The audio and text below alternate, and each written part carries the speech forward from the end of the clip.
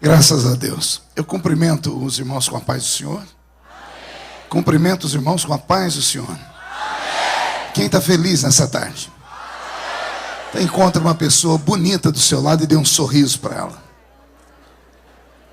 Ficou difícil? Se não tiver ninguém bonito aí embaixo, é só olhar aqui para cima. Mas é para o pastor Gesiel Gomes, né?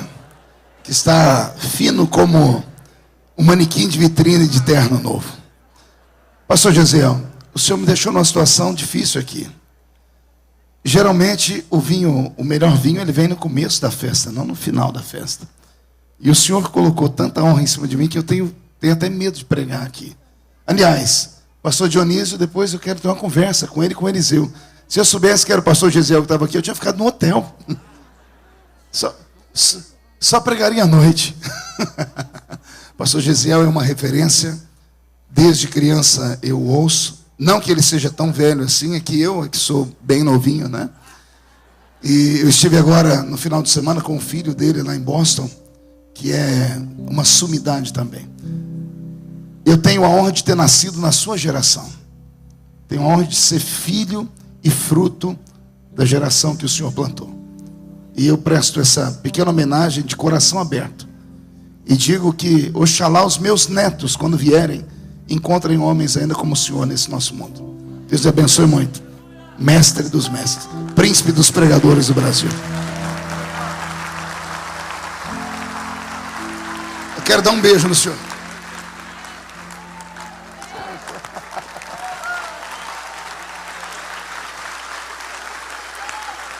Honra quem tem honra. Depois da metralhadora vem o revolvinho 22. Vamos lá. Abra sua Bíblia comigo no Evangelho segundo escreveu São Marcos. Marcos, capítulo de número 10. Tinha um teclado tão bonito, desistiram? Cadê o tecladista? Onde você está? Where are you? Meu filho, você está numa prova hoje. Eu só consigo operar se tiver uma anestesia boa. E só um pouquinho mais baixinho o teclado aqui no retorno. O sonoplasta puder só colocar o som do teclado só nos PAs, eu te agradeço, tá? Marcos capítulo 10, versículo 13. Quem encontrou, diga amém. Está escrito assim: e traziam-lhe crianças para que lhes tocasse, mas os discípulos repreendiam aos que lhes traziam. E Jesus, porém, vendo isto, indignou-se e disse-lhes: deixai vir a mim os pequeninos, não os impeçais, porque dos tais é o reino de Deus. Em verdade vos digo que qualquer que não receber o reino de Deus como uma criança, de maneira nenhuma entrará nele. E tomando-as nos seus braços e impondo-lhes as mãos, as abençoou. E pondo-se a caminho, correu para ele um homem, o qual se ajoelhou diante dele e lhe perguntou: bom mestre, que farei para herdar a vida eterna? E Jesus lhe disse: por que me chamas bom? Ninguém é bom senão um, que é Deus. Tu conheces os mandamentos: não adulterarás, não matarás, não furtarás, não dirás falsos testemunhos, não defraudarás alguém, honra teu pai e tua mãe. Ele, porém, respondendo, lhe disse: mestre, tudo isso guardei desde a minha mocidade. E Jesus, olhando para ele, o amou e lhe disse: falta-te só uma coisa. Vai, vende tudo quanto tens e dá aos pobres, e terás um tesouro no céu. Vem e segue-me. Mas ele, contrariado com essa palavra, retirou-se triste, porque possuía muitas propriedades. E então Jesus olhou ao seu redor e disse aos seus discípulos: quão dificilmente entrarão no reino de Deus aqueles que têm riquezas. Amém? Feche a Bíblia, coloque no banco, na cadeira. Pegue na mão da pessoa mais perfumada do seu lado. Ainda dá tempo. Aperte a mão dele ou dela com carinho, até eles falarem aleluia. Pentecostal que não faz barulho está com defeito de fabricação, não é? Vamos orar?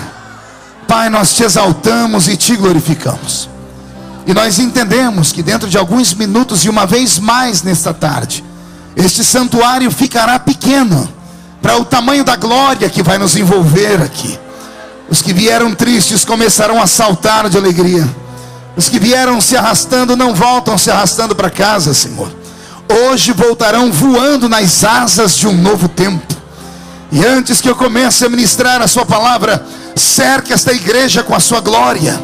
E num raio de 5 quilômetros, onde houver um demônio alojado, eu dou a esses demônios segundos para sumirem daqui. Porque se não sumirem, serão queimados pelo poder da sua glória que aqui será derramada. Rasgue o céu sobre essa escola bíblica nessa tarde, meu Deus. Manda anjos de fogo descerem aqui. Que eles desçam trazendo brasas de fogo nas mãos. Comecem a esparramar estas brasas entre nós. E onde houver um crente cheio do Espírito Santo, pega ele nesta tarde, Jesus, e mostra o caminho da verdadeira e poderosa adoração. Fala conosco, fica conosco. É o que eu te peço agora e sempre. E toda a igreja diz: os que podem, tomem o seu assento aplaudindo a Jesus, porque Ele é bom, porque Ele é tremendo, porque Ele é maravilhoso. Querida igreja, noiva do Cordeiro, simpatizantes da nossa fé, amigos que vieram de perto, de longe, autoridades eclesiásticas, autoridades constituídas pelos homens desse mundo, pessoas que, enfim, deixaram o feriado de lado e vieram para este santuário para aprender, para ouvir e com certeza guardar e colocar em prática tudo aquilo que se ouve. Eu não sou um professor, eu sou um evangelista. O evangelista, ele não consegue falar de maneira tranquila, a não ser que ele tenha a polidez de um pastor Gesiel Gomes. E como eu sou lá no meio da roça da Vila Tatu, espero que vocês tenham paciência para me ouvir, tentar ensinar pregando. Amém? E à noite, parece que se vocês tiverem paciência, vão me ouvir de novo. Aí à noite, eu espero que todos estejam preparados para ouvir uma mensagem daquela que arranca tatu da toca e sabiá do toco, para a gente sair daqui cuspindo fogo por essas ruas dessas cidades. Posso ouvir mais um grito de glória a Deus? A 24ª Escola Bíblica de Campo Grande traz como tema a família como projeto de Deus.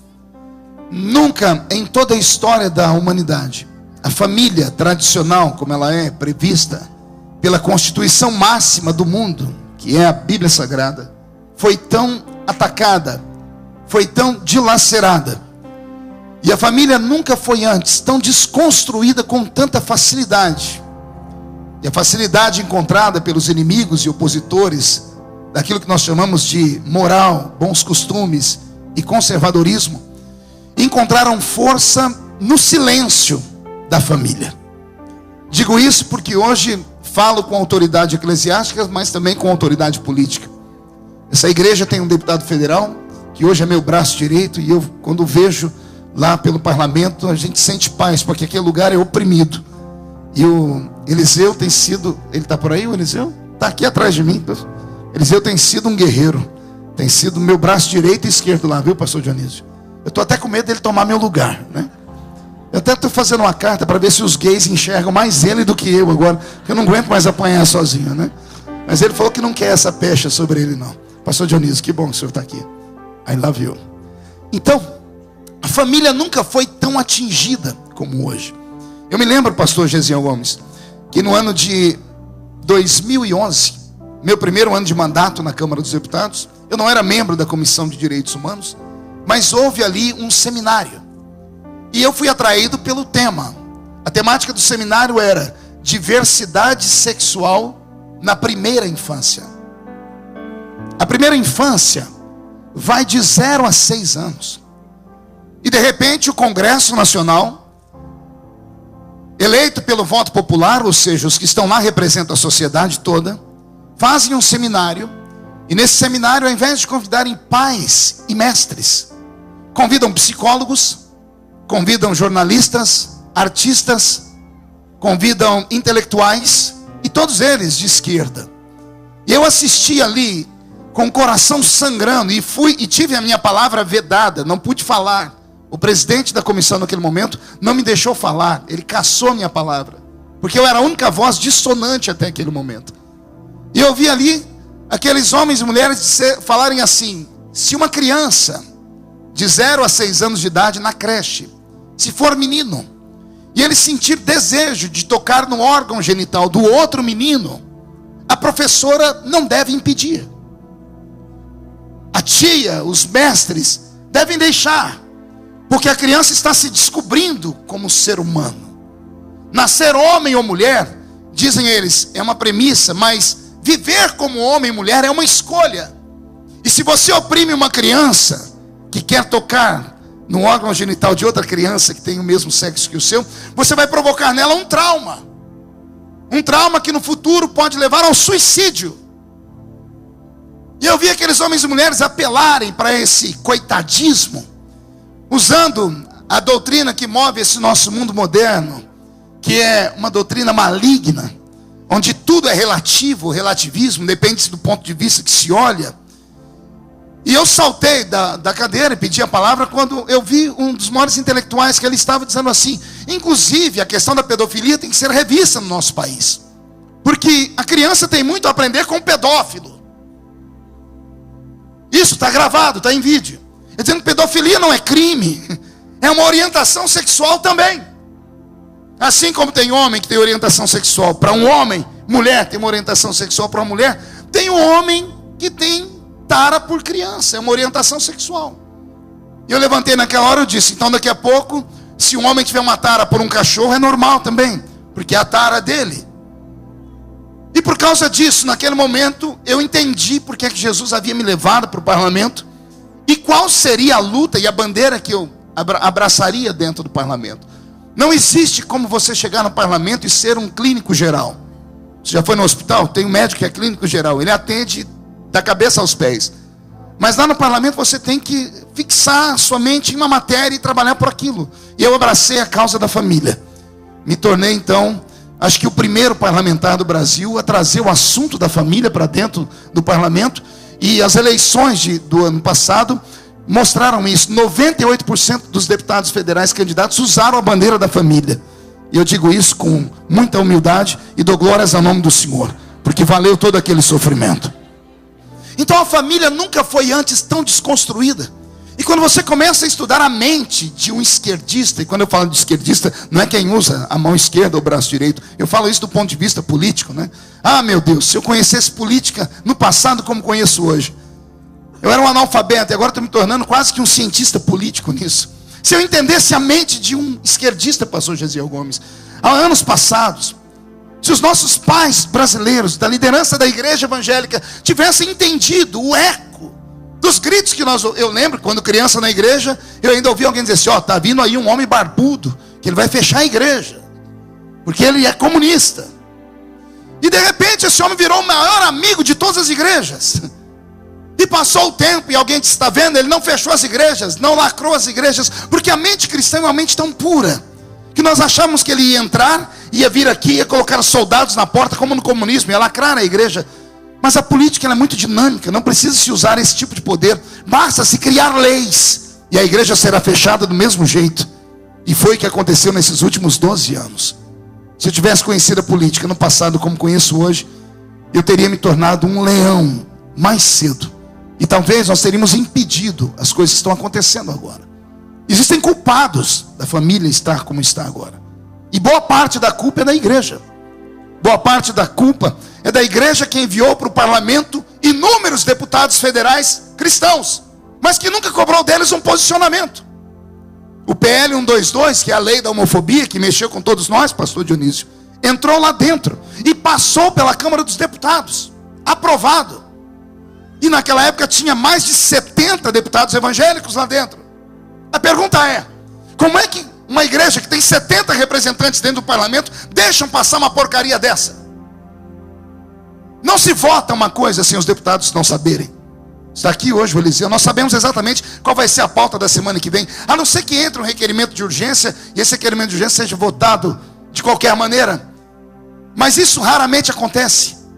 A igreja mandou pessoas para lá que na hora de buscar o voto vinham no púlpito buscar, mas quando chegaram lá abandonaram todas as premissas para as quais chegaram lá.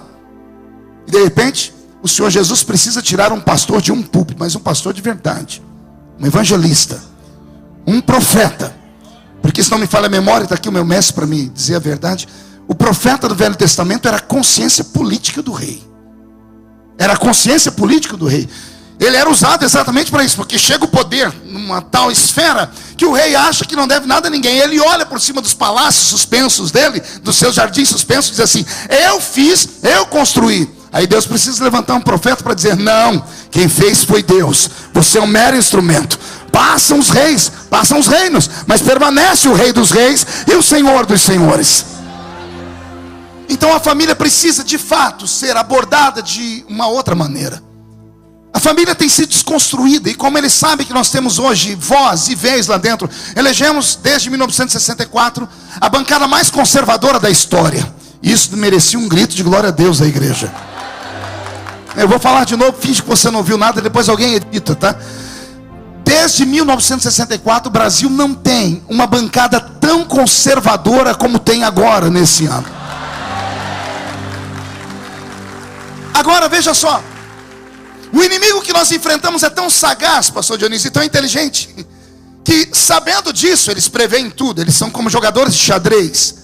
Eles sabem exatamente as 5 próximas jogadas do inimigo, e eles querem dar um checkmate lá na frente. Sabendo que isso poderia ter acontecido exatamente pela luta que nós enfrentamos, pelo nome que veio e por toda a força que a família criou, eles criaram conselhos que vão além do parlamento.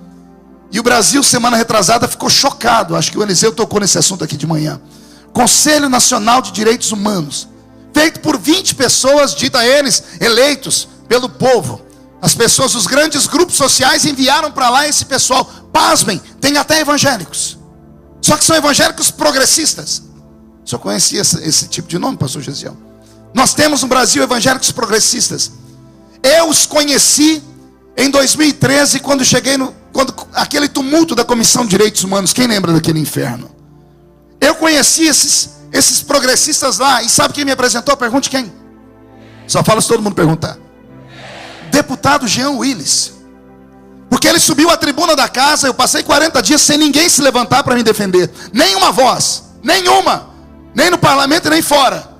E Jean Willis levou uma lista, e ele soltou a lista que foi até o pé dele.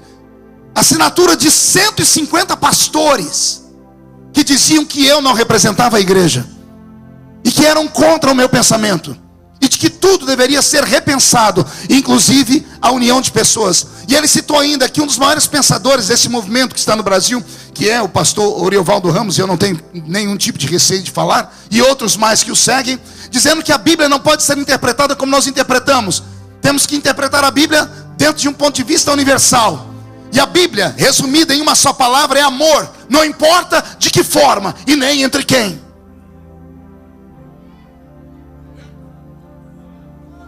E eu conheci essa turma que eu não sabia. Eu disse e afirmo: a culpa do que está acontecendo no Brasil é da igreja. Uma igreja calada, que grita aqui dentro, mas que quando chega lá fora tem medo. Que envia os seus filhos despreparados para a universidade. E não só na universidade, na escola.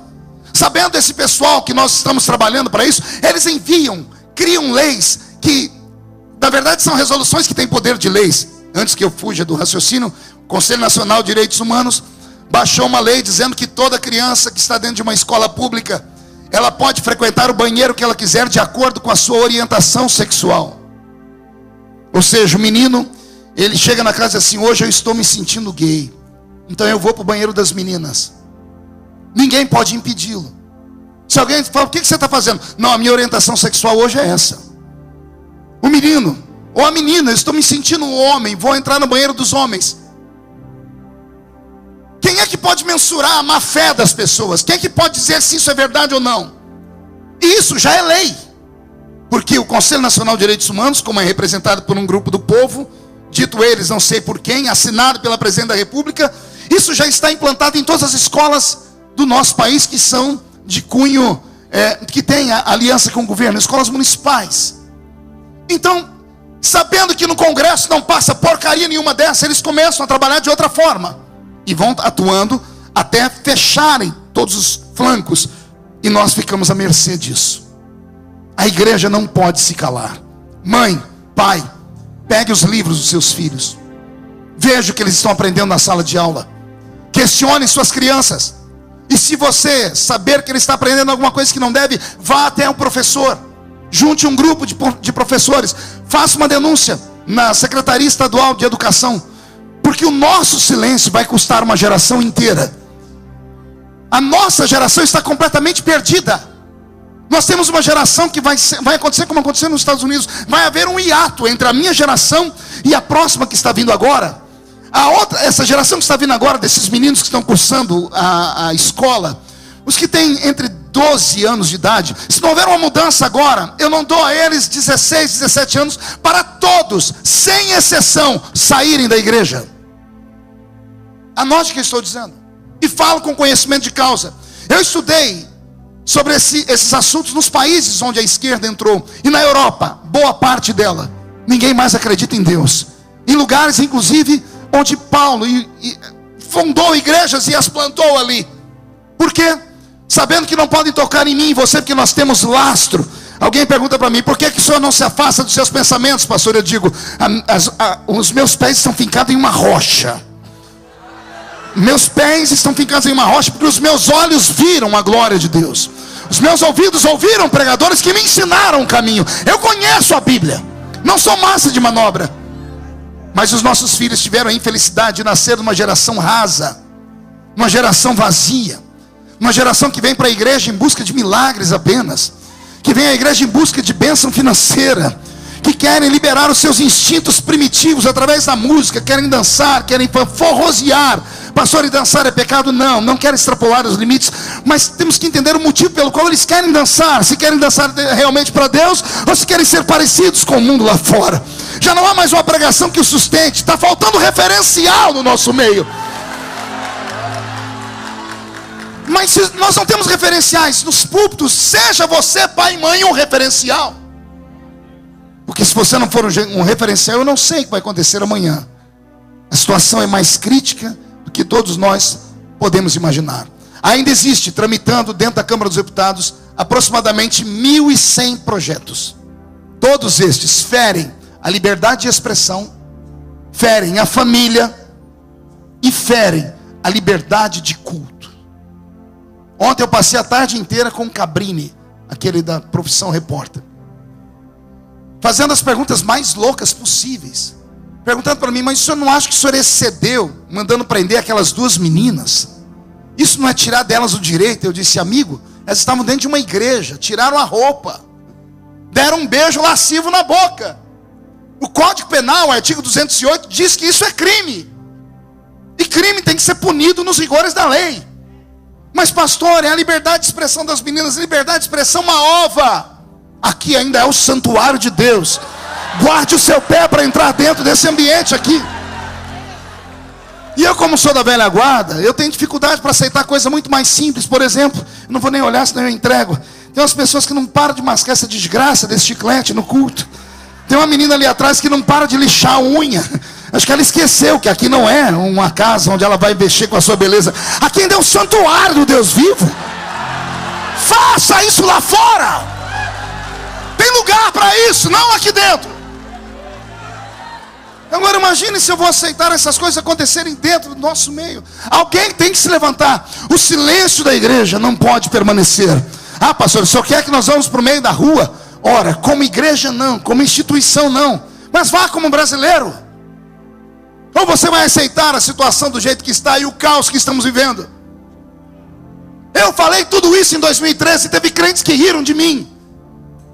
Agora está aí, há 2 semanas atrás, baixa uma lei porcaria dessa, que os meninos podem usar que banheiro quiserem na escola e as meninas também. O seu filho, a sua filha correm risco. Estamos correndo risco com a Bíblia Sagrada, de não podermos mais pregar a Bíblia, de não podermos mais usar ela como ela tem que ser usada. Ou você defende a sua fé, ou abandone ela. Mas se você for corajoso, engata uma quinta marcha e dá um grito daquele para fazer o templo todo tremer. Pois bem, dado essas palavras, eu quero agora entrar no assunto que eu escolhi para meditar com vocês aqui alguns minutos. É uma mensagem simples e rápida. Falando sobre família, nós temos um outro nível de problema dentro da igreja. Pergunte qual? A incompreensão de uma geração para com a outra. Eu li 2 textos da Bíblia, fiz questão de ler. Quando eu terminei o primeiro texto, alguns fecharam a Bíblia. Eu fiz isso a propósito. Quando continuei a ler, foi um desafio para todo mundo procurar de novo o texto. Porque são 2 textos. O primeiro texto é aquele lindo texto, romântico até, onde o meu Cristo para atender crianças em uma praça. O segundo texto é um texto também bonito, onde um moço sai correndo e se joga aos pés de Cristo. Eu li os dois textos porque em todos os evangelhos onde são citados, os textos estão nessa sequência. Aconteceram no mesmo dia, aconteceram na mesma hora, no mesmo lugar. Jesus já era famoso nessa época. Atrás dele vinha aquela multidão incontável, de 5.000 homens, foram mulheres e crianças todos os dias. Depois dos milagres que ele fez nas bodas de Caná, a vida de Jesus deu um upgrade. Ele perdeu a sua privacidade, mas tornou uma pessoa pública e popular.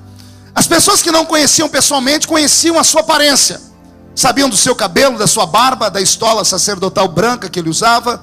Sabia do seu olhar e até da potência da sua voz, que quando falava, mexia com o coração das pessoas. Quando aquele homem veio caminhando e entrando nessa pequena cidade que vai hospedar essas duas histórias magníficas, ao invés de Jesus pegar a rua principal da cidade, ele entra dentro da praça. E naquela praça, naquele dia, estavam muitas mulheres com crianças, algumas mães e outras babás. É assim que as mulheres de rico fazem, né? Contratam uma babá e a babá leva a criança para passear. As crianças estavam brincando na praça. Elas estavam fazendo o quê? Não ouvi? E criança que brinca na praça, principalmente na praça daquele tempo, que não era como hoje, tão bonita, tão bem feita, a criança terminava aquele dia parecendo um tatuzinho. Sujava. Porque criança com saúde é criança que brinca. E criança que brinca se suja, rasga a roupa, o nariz fica escorrendo. E ela ama tudo isso. As babás estão por ali, batendo papo. As mães estão por ali conversando. Até que essas criancinhas começam a brincar também, pular, rolar na terra. Todas elas estão sujinhas. E de repente aparece lá o Messias. Suas roupas brancas chamam a atenção, sua barba e o seu cabelo. Então a multidão que vem atrás dele impacta. As babás e as mães que ali estão pegam suas crianças pela mão, primeiro com medo da multidão, mas a segunda vez elas olham aquele Jesus que vem vindo, e todo pai e toda mãe pensa mais no filho do que em si mesmo. E ao olharem Jesus, olharam as crianças e disseram: não vamos poder perder essa oportunidade. E gritaram para Jesus: abençoa os nossos filhos, abençoa as nossas crianças. E as mães catam essas crianças sujinhas, com o nariz escorrendo, e vão levando perto dele. Quando Pedro, Tiago, João e o colégio apostólico veem aquela roupa de Jesus cintilante e branca, ele bem aparentado, indo para uma cruzada, e aquelas crianças de nariz escorrendo e roupa suja se aproximando, eles entram na frente de Jesus e formam um bloqueio. Guarda-costas assim: não toquem no mestre, fiquem aí, não se aproximem. Qualquer um entenderia. Mas Jesus aproveitou aquele momento e ele deu uma lição que eu já sou apaixonado por ele, eu fico mais apaixonado ainda. Ele olhou para os discípulos e falou assim: ei gente, Pedro, Tiago e João, pois não, senhor, pare com isso, deixe as crianças virem, deixai vir a mim os pequeninos, porque dos tais é o reino de Deus. Quando Jesus falou isso, quem pode, porque tem poder, e quem tem juízo que obedeça. Quando abriram a oportunidade, as mulheres partiram para cima de Jesus com as crianças. Jesus não só tocou nelas.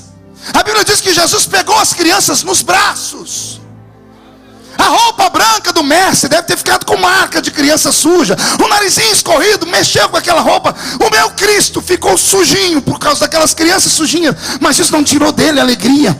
E ele deu um dos maiores sinais da existência da divindade, que é apaixonado por filhos. Ele olhou e disse: deixai vir a minhas crianças, e eu tenho colo para todas elas. E eu vou aqui até fazer um adendo meu: quanto mais suja, melhor. Quanto mais sujinha, melhor. Essa depende mais de mim, precisa mais de um abraço, de um beijo. Enquanto Jesus está fazendo isso, dando essa lição tremenda, uma pregação de gesto, não de palavras, os discípulos ali acanhados, envergonhados, e ele pegando uma criança, dando um beijo em outra, abraçando. Do outro lado, naquela mesma praça, tem um moço sentado num banco. Não era hora dele estar ali. Hora de criança brincar, é hora dele estar ou na escola rabínica, ou cuidando da fazenda do seu pai. Mas ele estava sentado naquela praça. Poderia aqui fazer 1 milhão de ilações. O que fazia ele ali? Brigou com a namorada? Os amigos o abandonaram? Estava cansado de beber tanto? Estava cansado de viver uma vida de homem rico e viver solteiro? Teria ele cansado de dar vazão à a sua sexualidade, depois cansado, enjoado disso, teria ele estado sentado naquela praça para quê? Estava ele ali. E quando ele viu Jesus não pregar, não foi a pregação de Jesus que o atraiu, não foi a palavra dele dizendo assim: deixai vir a mim os pequeninos. Quando ele viu o meu Cristo pegar uma criança e colocar nos braços, quando ele viu o meu Jesus dar um beijo em uma criança daquela, o coração desse homem saltou. Pergunte por quê? Só fala se todo mundo perguntar. Porque ele foi criado em uma religião onde o líder da religião nunca tinha dado um abraço nele. Ele foi criado em uma religião onde o doutor da lei apenas o questionava e observava a sua vestimenta, a sua maneira de ser, a sua barba, observava o seu dízimo, a sua oferta, o seu sacrifício. Mas era uma religião desprovida de toque, era uma religião desprovida de abraços, era uma religião desprovida de carinho, era uma religião desprovida de sentimentos. Mas quando ele viu aquele homem, aquele nazareno, aquele curandeiro, aquele operador de milagres, aquele perdoador de pecados, aquele que ressuscitava mortos, quando ele viu ele tão grande pegar uma criancinha nos braços, ele não aguentou. Ele correu até aquele doutor da lei, ele correu até aquele líder religioso, mas ele não se atreveu a abraçá-lo. Ele fez aquilo que a religião dele ensinou: ao se aproximar de um doutor da lei, se curve diante dele, não por ele, mas pelo que está escrito na sua testa: santidade ao Senhor, pela roupa branca que usa, pelo pergaminho debaixo dos seus braços, pela barba untada no óleo. Ele caiu aos pés de Jesus. E quando ele caiu aos pés de Jesus, a multidão se aquietou. E ele fez uma pergunta: bom mestre, o que é que eu tenho que fazer para herdar a vida eterna? Qual foi a pergunta dele?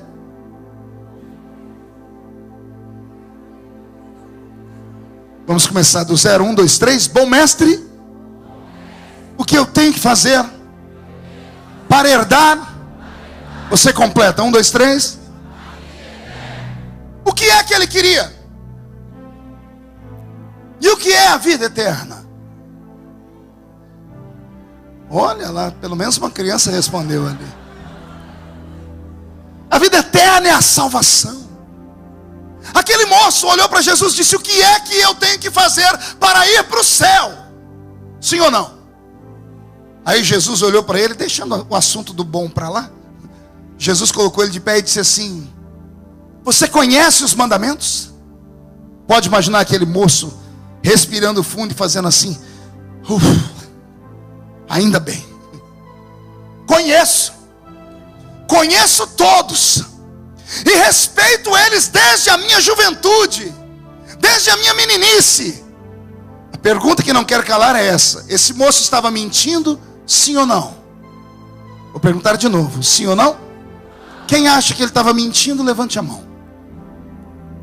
Quem acha que ele não estava mentindo, levante a mão. E quem não levantou a mão acha o quê?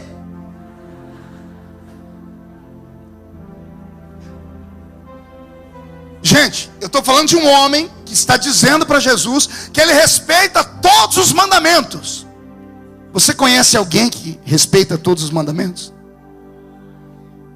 Tem alguém aqui dentro que tem coragem de bater no peito e dizer assim: eu respeito todos os mandamentos? Difícil, né? Se alguém levantar a mão, ainda que a pessoa respeite, a gente vai ficar com a pulga atrás da orelha, vai dizer: será? Em pleno século 21? Pois bem, esse moço não estava mentindo. Pastor Dionísio, ele não mentiu. Ninguém nunca conseguiu mentir para Jesus e permanecer na mentira. Teve uma mulher que foi falar para Jesus que não tinha marido, se deu mal. Jesus disse: você falou bem, você teve 5. O que você tem agora não é seu. Ninguém mentia para ele. Quando Jesus falou, Jesus fez questão de citar: você conhece os mandamentos? Não matarás, não roubarás, não adulterarás, não dirás falso testemunho. Ele citou, e o rapaz de peito aberto disse: eu conheço e respeito desde a minha infância. Eu estou diante de um homem santo. Estou diante de um homem puro. Estou diante de um homem que respeita a igreja, a religião, a Bíblia, a Torá bíblica dele. Sim ou não? Agora a pergunta que vem é dolorida. Me responda. Como é que uma pessoa que faz tudo que a igreja manda, como é que uma pessoa que respeita todos os mandamentos da Bíblia não tem certeza de ir para o céu?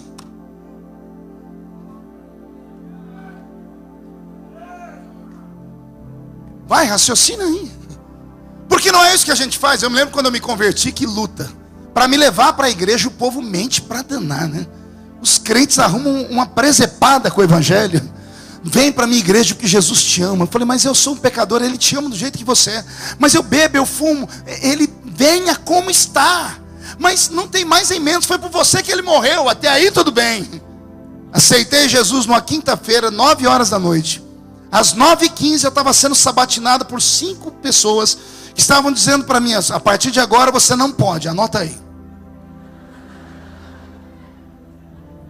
Assistir televisão, colocar short, jogar bola.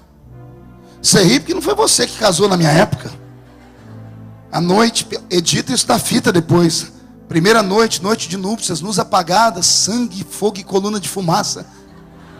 Encostei a perna na perna da minha querida, e a perna dela tinha mais cabelo que a minha. Você não nasceu na nossa época. Você está livre. Porque a nossa religião era a religião do fazer coisas. Não é, pastor Josué?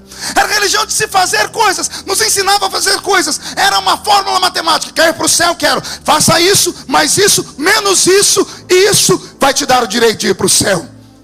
E a gente não assistia televisão. A gente não fazia nada. Quantas e quantas vezes eu participei de cultos pesadíssimos, onde os que estavam na minha frente eram puros, santos. As mulheres de coque, as saias lá no pé, os homens com a barba bem feita, a gravata até o pescoço. Mas pense num culto que parecia um velório. Pense numa coisa pesada, raquítica, uma coisa estranha. E quantas vezes pregando no meio da rua, eu via prostitutas, homossexuais virem à frente do altar chorando, ao dobrarem os joelhos, erguiam as mãos falando em línguas estranhas bem alto, batizados com o Espírito Santo na hora. A pergunta é, por que lá no meio do pecado abundou tanta graça, e agora que nós vivemos no meio da graça, há tanta tristeza e coisa fechada e coração ruim? Ensinaram esse rapaz a amar a religião dele. Ele foi ensinado a respeitar os mandamentos. Ninguém nunca perguntou para ele, você é feliz assim? Pode imaginar esse garoto um belo dia no banheiro, a porta meio aberta e ele fazendo a barba. Quando ele vai usar o Presto Barba, quando ele vai fazer a primeira que faz tchan, alguém chuta a porta do banheiro. O pai: o que você está fazendo aí, rapaz? Não, pai, eu vou fazer minha barba porque é moda agora. Você sabe, filho, de quem você é? O que vão falar de mim na igreja? O que as pessoas vão falar do seu pai, da sua família? Mas pai, mãe, não tem mais nem menos. Você foi ensinado, então você tem que respeitar e ficar assim, pronto. Pode imaginar esse moço tentando sair de casa sem o cinto que todo judeu usava para apertar a roupa. E a mãe dizendo, onde você vai com essa roupa? Parecendo um balangandã, rapaz. Ô mãe, é moda agora, eu sou jovem. Você não é normal. Você sabe, filho, de quem você é. Você sabe onde você está, onde você congrega. Você sabe que eu vou sofrer, o seu pai vai sofrer, a família vai sofrer. Você sabe que vão falar de mim que sou pastor da igreja, de mim que sou irmã do ciclo de oração. Filho, você não pode só ser, você tem que parecer. Isso é a filosofia da mulher de César, né? A mulher de César não pode só ser honesta, ela tem que parecer que é honesta. Em nome de se guardar toda a integridade, em nome de se guardar uma pretensa santidade, matamos os nossos filhos. Esse moço frequentava uma religião onde cobravam dele todo tipo de posicionamento religioso, sobre a sua aparência, sobre a sua roupa. Se preocupavam com ele por fora e não queriam saber o que ele era por dentro. Ah, meu Deus. Cheguei de viagem um dia atrás, uns 6 anos atrás. Quase não fico em casa, então quando estou em casa de sábado é uma raridade, a família fica feliz. Estou dentro da minha caminhonete. esperando as mulheres para a gente ir para o shopping. E mulher para se arrumar é uma benção, né? Imagine 4. Aí é só o sangue de Jesus, né? Eu sentei na caminhonete, esperei acho que quase 2 horas. Entrou primeiro a mãe, daqui a pouco entrou as pequenininhas, e a mais velha, só Jesus na causa. Quando ela veio, sentou aqui atrás de mim. Ela sentava geralmente aqui atrás da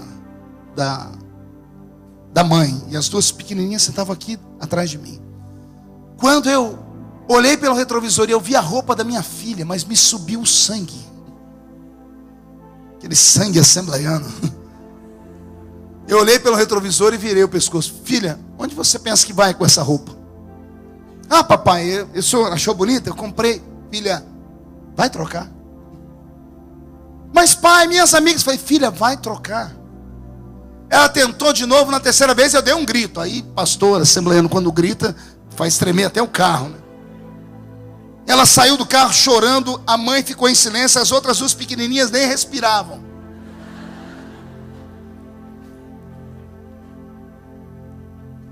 Minutos depois, lá vem a filha. Ela veio, sentou no lugarzinho dela. Quando eu olhei pelo retrovisor, eu disse, olha como você está bonita agora. Eu falei, filha, você é a filha do pastor. Você é a minha filha, o papai ensina tantas coisas. Ela não estava vestida como uma prostituta, não, gente. Mas ela estava vestindo uma roupa que não era a minha cultura. Eu dei partida na caminhonete. Eu caminhei, eu acho que uns 50 metros para virar na esquina. Quando eu virei a esquina, eu ouvi a voz de Deus, mas tão forte que eu quase bati o carro. A voz do Senhor falou para mim, contempla a sua filha agora e aproveita. Porque daqui a alguns anos você vai perdê-la. Você vai perder sua filha para as drogas. Você vai perder sua filha para a prostituição. E eu por dentro, tremendo, disse, Senhor, mas por que eu estou cuidando dela? O Senhor disse, não. Você já teve a idade dela. Ela nunca teve a sua. Você já foi adolescente como ela nunca foi um homem maduro como você. Existem etapas na vida que não podem ser queimadas. E o Senhor disse, você vai perder a sua filha. Eu fiz o balão e não continuei a viagem. Eu voltei. Ninguém entendeu nada. Eu parei na frente da casa de novo. Eu disse, Karen, desce e troca de roupa. E ela, mas pai, essa aqui não está suficiente. Eu disse, não, não está. E qual que eu vou colocar? Eu disse, coloque a que você estava antes. Eu nunca vi uma menina trocar tão rápido. Mas foi tão rápido. As pequenas olharam uma para a outra e disseram assim, o papai enlouqueceu. A minha esposa falou, o que foi, homem? Eu disse, é coisa minha de Deus. Daqui a pouco minha filha veio. E aconteceu algo tão lindo, que eu me emociono toda vez que eu me lembro disso. Ao invés dela sentar no lugar onde ela sempre sentava atrás da mãe, ela foi do outro lado e empurrou as pequenas. As pequenas foram para o lado da mãe e ela ficou atrás de mim. Eu olhei pelo retrovisor e disse, agora, tá bem? Tá feliz? Ela disse, estou, papai, então vamos embora. Dei partida no carro, quando eu fui saindo, ela ficou em pé atrás de mim. Ela me abraçou por trás, me deu um beijo e disse, o senhor é meu amigo. O senhor não é só meu pai, o senhor é meu amigo. Eu me emociono. Talvez para algumas pessoas isso não significa nada. Eu ganhei naquele dia uma guerreira, uma heroína. Minha filha hoje está na universidade. Ontem, quando o repórter foi entrevistar ela, ela me fez chorar. Eu nunca vi uma pessoa falar com tanto orgulho do pai. E ela disse, eu não conheço meu pai ainda do meu pai. Eu quero ser como meu pai é um dia. Isso mexeu com a minha estrutura toda. E eu falei, Senhor, o que foi isso? O Senhor disse, você plantou lá atrás a paciência, a temperança, o amor, o cuidado. Deixa eu te dar uma palavra. Não se preocupe com o que o povo vai dizer. Não dê ouvido àquilo que as pessoas vão falar da sua família. Ninguém visita a sua família quando a sua família está doente. Ninguém paga o aluguel da sua casa. Ninguém põe gasolina no seu carro. Se você for guiar os seus filhos pela cabeça dos outros, você terá um problema amanhã. Será que eu sou o único crente que evangelizei cadeias? E dentro dos presídios encontrei num censo, a cada 100 presos, 70 são ex-evangélicos. Desses 70, a maioria deles filhos de pastores, criados em igreja, que suportam uma cruz mais pesada do que aquela que nós podemos dar. Eu não estou dizendo para você abrir as portas. Eu não estou dizendo para você liberar o mundo para dentro da casa, da sua casa, ou para você deixar sua filha e seu filho ficar extremamente à vontade. Eu só estou dizendo para você dar ao seu filho e à sua filha aquilo que eles talvez não tenham recebido: carinho. Dê um abraço ao seu filho desviado nessa noite. Não adianta jogar na cara dele. Não fale para ele que ele vai para o inferno, é perder tempo. Ele sabe disso. Espera ele essa noite. Quando ele chegar às 3 da manhã em casa, ele vai achar que você está dormindo. Espere ele na cozinha. Pergunte para ele se ele quer tomar uma sopa. Faz um miojo para ele. Conversa com ele, não fale mais nada. Só pergunte se ele está feliz. Põe a mão no ombro dele, dê um abraço nele, ore com ele aquela noite. Deixe o Espírito Santo fazer o restante. O espírito do jovem rico parece estar impregnado nos nossos filhos. Tem tudo, mas não tem fé, não tem alegria, não tem felicidade por dentro, porque são obrigados a fazer coisas. E o céu não pode ser conquistado através de obras. O céu é um ambiente sagrado, onde nós iremos morar nele pela fé. Quem acredita nisso, dê um grito de glória a Deus. Eu vou te dar uma frase, se você puder anotá-la e passar para frente, faça. Não existe nada que você possa fazer para Deus te amar mais do que Ele já te ama. Também não existe nada que você possa fazer para Deus te amar menos do que Ele te ama. O amor de Deus não é como o meu e o seu, que oscila, que fica feliz quando ganhamos um presente ou fica triste quando estamos frustrados. Não. O amor de Deus é um amor incondicional. Deus te ama não pelo que você faz, Ele te ama pelo que você é. Tente transferir esse amor para o seu filho. Tente amar o seu filho e a sua filha, independente do que eles sejam ou do que eles fazem. Tente ser carinhoso e amoroso. E fazendo isso, você salvará a alma dele e a alma dela. Amém, igreja? Vamos estar em pé nesse momento. Pegue na mão de quem está do seu lado.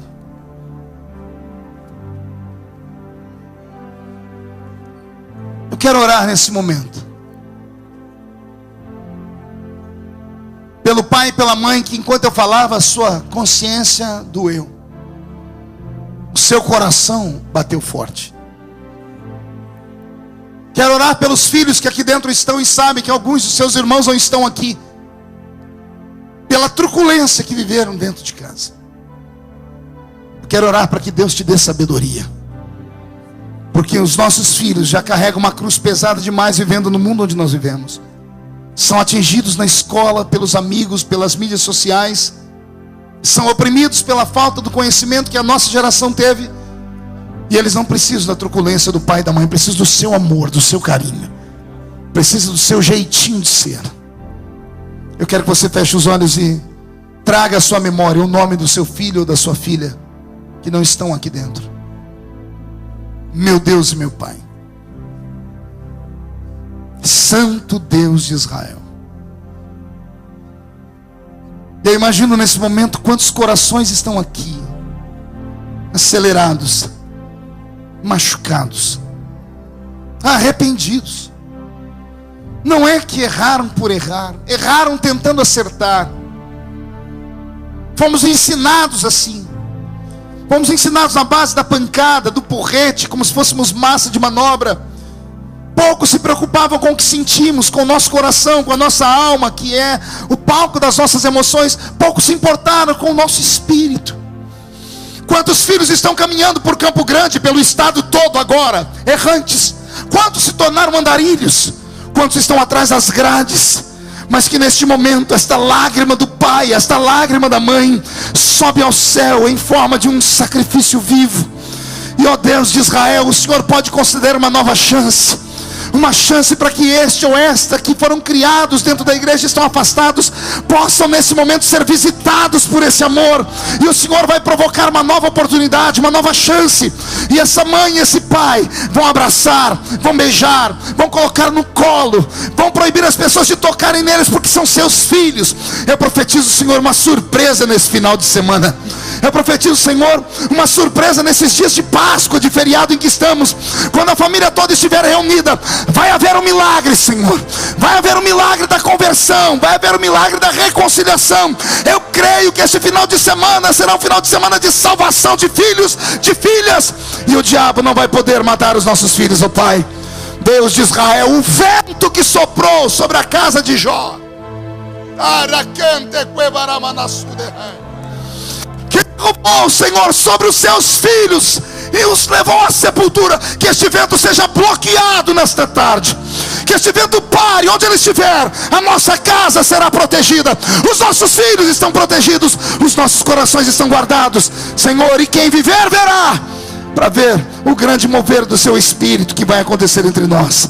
Pai, eu profetizo que os nossos filhos estão livres e salvos, agora e sempre, em nome de Jesus. E todos digam: toma o seu assento, aplaudindo a Jesus porque Ele é bom.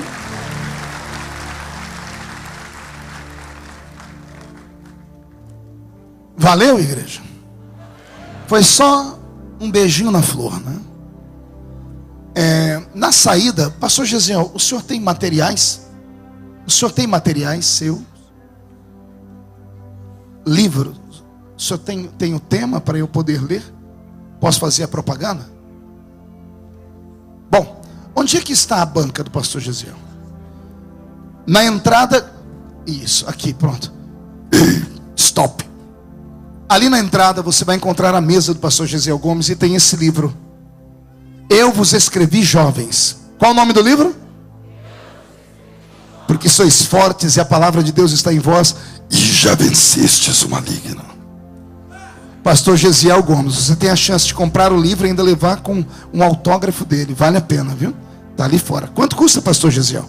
R$10 apenas. Poxa, esse aqui é meu, tá? Esse é meu com dedicatória. Então alguém arruma um para mim e o Eliseu trata de pagar aí, pronto. Na saída também você vai encontrar a minha mesa de apoio. Eu tenho ali algumas mensagens evangelísticas, como essa: batalha missionária, pressão psicológica, de Jacó a Israel, colheita milagrosa, resgatando o avivamento, e o sonho do homem e o projeto de Deus. É um livro também para quem tem vocação ministerial. Também custa R$10. Amém, igreja? Vou pedir só para esses irmãos que estão levantando, só um minutinho, por gentileza, que o culto não acabou ainda. E você andando assim, você acaba atrapalhando o mover. E eu me deram uma ordem aqui agora, e eu preciso passar essa revelação. Quem aqui acredita em milagres com M maiúsculo? Quem está desempregado? O sangue de Jesus tem poder. Quem está endividado? Vixe. Quem não tem casa própria? Quem não tem carro? Quem está com o nome naquele lugar? Não fala! Não fala. Então olhe para o seu irmão e faz assim para ele, ó. Psss. Diga um minutinho só. Olhe para mim. Eu estava pregando em Angola alguns anos atrás. Eu estava numa reunião um pouco maior do que essa. Só que a igreja não tinha forro, era chão batido e tinha pelo menos umas 20 lamparinas iluminando o ambiente. O microfone que eu usava era ligado numa caixa de som, ligado numa bateria de carro. Eu falava aleluia, os irmãos entendiam, glória a Deus. Você ri porque não era você lá. E eu tive uma experiência que mudou a minha vida para sempre. Preste atenção, pare só um minutinho, só um minutinho. Quando eu terminei o grande evento que eu participei naquele país, eu fui me despedir dessa igreja. Eu cheguei por ela e saí por ela. E quando eu terminei, o pastor pediu o microfone e disse: pastor Marco, essa igreja ficou tão feliz com o senhor que nós queremos te dar um presente. E eu fiquei feliz. Eu falei: vão me dar uma camisa ou uma calça? Eu falei: eu quero presente. Aí ele falou: cadê o diácono? E lá vem o diácono com um saco de estopa de 60 quilos. Vazio. Um saco desse tamanho. Ele veio e deu na minha mão e disse assim: que presente estranho. Eu falei, o que eu faço com esse saco, pastor? O pastor disse: o senhor vai ficar lá na frente da porta da igreja, porque a igreja vai ofertar na sua vida, pastor. Que bom que teve alguém que deu aleluia aqui. Quando ele falou aquilo, eu fiquei constrangido, com uma vergonha. Eu peguei o microfone e disse: pastor, eu fiz campanha no Brasil para vir para a África. O que é que eu vou falar lá? Que aqui a igreja veio e me deu uma oferta. Vocês precisam mais do que eu. Isso tem 16 anos. Quando Jonas Savimbi ainda era vivo, líder da UNITA, o país estava em guerra, todo destruído. O povo não tinha comida. E o pastor olhou para mim, apontou o dedo no meu nariz, tremendo, e disse assim: não roube o meu povo. E eu tomei um choque. Eu disse: eu não estou roubando ninguém. Ele disse: está sim, porque você é um ungido de Deus. Você trouxe sobre nós a palavra revelada. E eu ensinei o meu povo que se eles trouxessem um presente para você, Deus nunca mais ia deixar faltar nada na nossa igreja. E eu fiquei com vergonha, disse: se é assim eu aceito, pastor. Quando eu falei aceito, eles começaram a pular, mas subiu uma terra. Eu não enxerguei mais nada. Aí o diácono me pegou pela mão com aquele saco e me botou lá na entrada da igreja. Olha que coisa linda. Ninguém saiu dali, ninguém. Mais de 3.000 pessoas. Ninguém saiu sem deixar uma semente na minha vida. Quando eu olhei aquele saco, eu vi aquela multidão em fila indiana. Eu falei assim: tô rico, vou encher esse negócio aqui. O primeiro menino que ficou na minha frente, porque eles colocaram crianças, mulheres, velhos e os homens. O menininho que estava na minha frente, ele tinha pele, osso e barriga. Pele, osso e barriga. E o nariz escorrendo. E lá eles falam português. É um português de Portugal, um português lusitano. E ele olhou para mim e disse assim: pastor Marco, aqui está a minha oferta. Eu disse: põe aqui no saco. Ele disse: não, eu quero colocar essa na sua mão. Minha mãe mandou colocar na sua mão. E eu abri minha mão. Ele colocou na minha mão 2 gominhos de mexerica, encebada, aquele nariz escorrendo, estava sujo. E eu fiquei pensando: o que eu vou fazer com isso? E eu olhei para ele assim e falei: obrigado. Eu disse: obrigado não, pastor, o senhor trata de orar por mim. E ele falou: a minha mãe trocou 2 pãezinhos que a gente tinha com 3 mexericas dessa.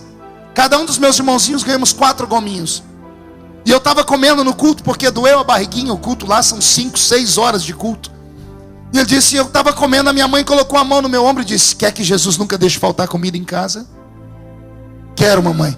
Guarda metade da sua janta e entrega na mão do pastor. Porque o pastor tinha convocado a igreja toda para trazer uma semente. E ele falou assim: pastor, eu estou semeando na sua vida, porque nunca vai faltar comida na minha casa. E ele saiu pulando com as outras crianças. Eu não sei se ele entendeu o que ele fez, mas quando eu olhei para aqueles gominhos de mexerica, eu comecei a tremer e chorar. Eu enfiei aquilo na boca, encebado do jeito que estava.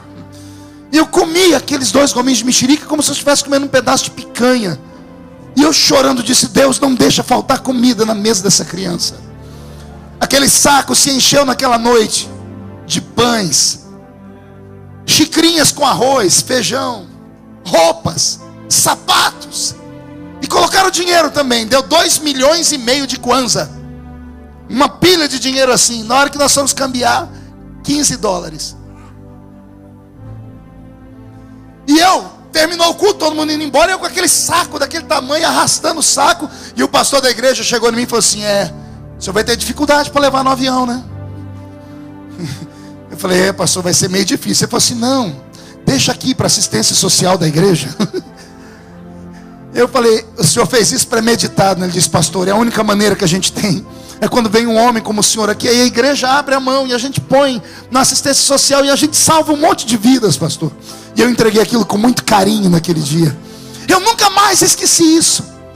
Mas as palavras que me marcaram foi o pastor dizer: você veio abençoar a gente. Você profetizou sobre a nossa vida. E nós abraçamos isso.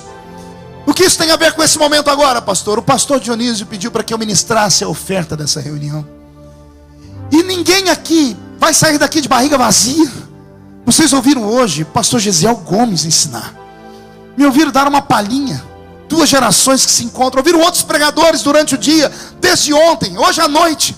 Isso não tem preço. Então o mínimo que nós podemos fazer é deixar uma semente no caixa dessa igreja, para ela conseguir bancar as despesas todas e poder depois dar um presentinho para o pastor Gesiel e para mim também, que eu sou filho de Deus, né? E todas as pessoas que dão a um profeta um copo d'água recebem do reino, não um copo, mas uma fonte inesgotável. Eu queria desafiar você nessa tarde a plantar uma semente pela sua família, a pegar uma oferta, não me importa o valor dela, mas você vai dizer: essa semente aqui é por tudo que eu ouvi nessa tarde. E nós vamos plantá-la no altar dessa igreja hoje. Essa semente ficará diante do meu Deus em forma de um memorial. E esse memorial vai proteger os seus filhos para sempre. Quem acredita nisso? Diga: eu creio, pastor. Eu estava agora nos Estados Unidos e eu fui num culto americano, pastor Gesiel. E eu fiquei apavorado. No meio da pregação, os americanos saíram correndo e jogando dinheiro no meu pé. E eu não sabia, eu nunca vi isso na vida. E eu perguntei para o pastor, falei, o que é isso, pastor? O pastor disse, eles gostaram da pregação. Eu falei, vixe, então no Brasil eu estou perdido. Porque ninguém gosta de nada, porque ninguém joga de... Eu falei, mas por que eles fazem isso? Ele disse, eles estão estimulando o pastor no próximo culto trazer uma mensagem melhor ainda. É a maneira deles agradecerem a Deus. O americano entende que a única forma de sacrifício verdadeira que eles têm é quando colocam a mão no bolso e deixam na igreja. Por isso é uma nação rica e poderosa. Eu quero que a mesma unção de lá caia sobre essa igreja nesta tarde. Pergunte para o seu irmão, você crê nisso? Então abra a mão direita. Só quem crê. Feche os olhos. Pai, eu gostaria que o Senhor tocasse nesta mão direita agora. Que viesse sobre esta mão direita uma unção de prosperidade, porque tudo que esta mão tocar vai prosperar depois de hoje. Tudo que esta mão tocar vai ficar abençoado depois de hoje. Tudo que esta mão tocar, Senhor meu Deus, vai multiplicar. Daqui a alguns minutos eles vão usar esta mesma mão para pegar uma semente. E essa semente vai prosperar, multiplicar e abençoada vai ficar. Depois eles vão usar esta mão para tocar sobre a cabeça dos filhos. Os que estão perto, os que estão longe, vão orar, estendendo a mão para o local onde eles estão. E se o Senhor é o Deus deste culto, desta tarde, que falou sobre as nossas famílias e vai protegê-las, o Senhor vai liberar uma unção sobre a casa. A geração deles será próspera e abençoada. E nunca vai faltar nada para eles, em nome de Jesus Cristo, seu Filho. Quem crê, diga amém. Olhe para o seu irmão e diga, cadê a sua semente? Pegue a sua semente. Isso. Não, ainda não, querida, ainda não. Não recolhe ainda não. Deixa os irmãos pegarem a semente primeiro. Pegue a semente e fique de pé com ela. Ato profético tem que ser redondinho. Pegue com a mão direita. Isso. Tem gente que acredita. Isso. Tem gente... Você já viu isso? Pessoas falarem em línguas na oferta? Há uma unção sobre nós. Há uma unção de proteção sobre a nossa família. Essa semente será um memorial diante de Deus pela nossa casa. Levante a semente bem alto. Pastor, eu não tenho dinheiro, eu só tenho cartão de crédito. Tem máquina por aí? Tem máquina? Aonde estão as máquinas? À direita aqui? Cadê? Aonde? Ali naquele cantinho tem uma máquina de cartão. Pegue o seu cartão, então não perca a chance não. Pastor, eu vou fazer um cheque pré-datado. Faça. Pastor, eu quero doar uma joia. Desde que não seja a sua sogra, pode doar. Levante a semente bem alto. Senhor, eu santifico esta semente. Não me importa o valor dela, importa que eles acreditaram, Senhor. Talvez essa mão esteja só os 2 gominhos de mexerica daquele pequeno africano. Mas eu sei que está saindo com carinho pelo filho, pelos netos, pelos bisnetos, pelos sobrinhos. A casa toda será protegida, meu Pai. Em nome de Jesus Cristo, Salvador. Quando eles tocarem com essa semente nas salvas, virá sobre eles um tempo de prosperidade, como nunca antes tiveram, em nome de Jesus. Amém? Agora sim, tome o seu assento. Os diáconos vão recolher as sementes. Você quer ofertar no cartão? É só ir ali à direita, ou levantar a mão, pedir alguém que está com o cartão, vai até você, da máquina. Mas oferte com a mão direita. Oferte falando em línguas estranhas. Oferte adorando a Deus. Muito obrigado a todos. E se o pastor Dionísio deixar, eu volto mais tarde. Quem vai cantar? Tem algum cantor? Enquanto os irmãos ofertam? Élida. A nossa irmã Élida vai louvar a Deus enquanto os irmãos ofertam. Só não pode ser hino de fogo, viu, irmã Élida? E nem mandar o povo bater palmas, senão eles não conseguem ofertar. Crente é tudo esperto. Isso, aí pode. Paz, pastor. Saúde a igreja com a paz do Senhor. Amém? Irmão, número 7. Este hino está no meu CD, para a honra e a glória do nome do Senhor. Agnus Dei, a igreja toda conhece. Vamos cantar junto, louvar ao Senhor.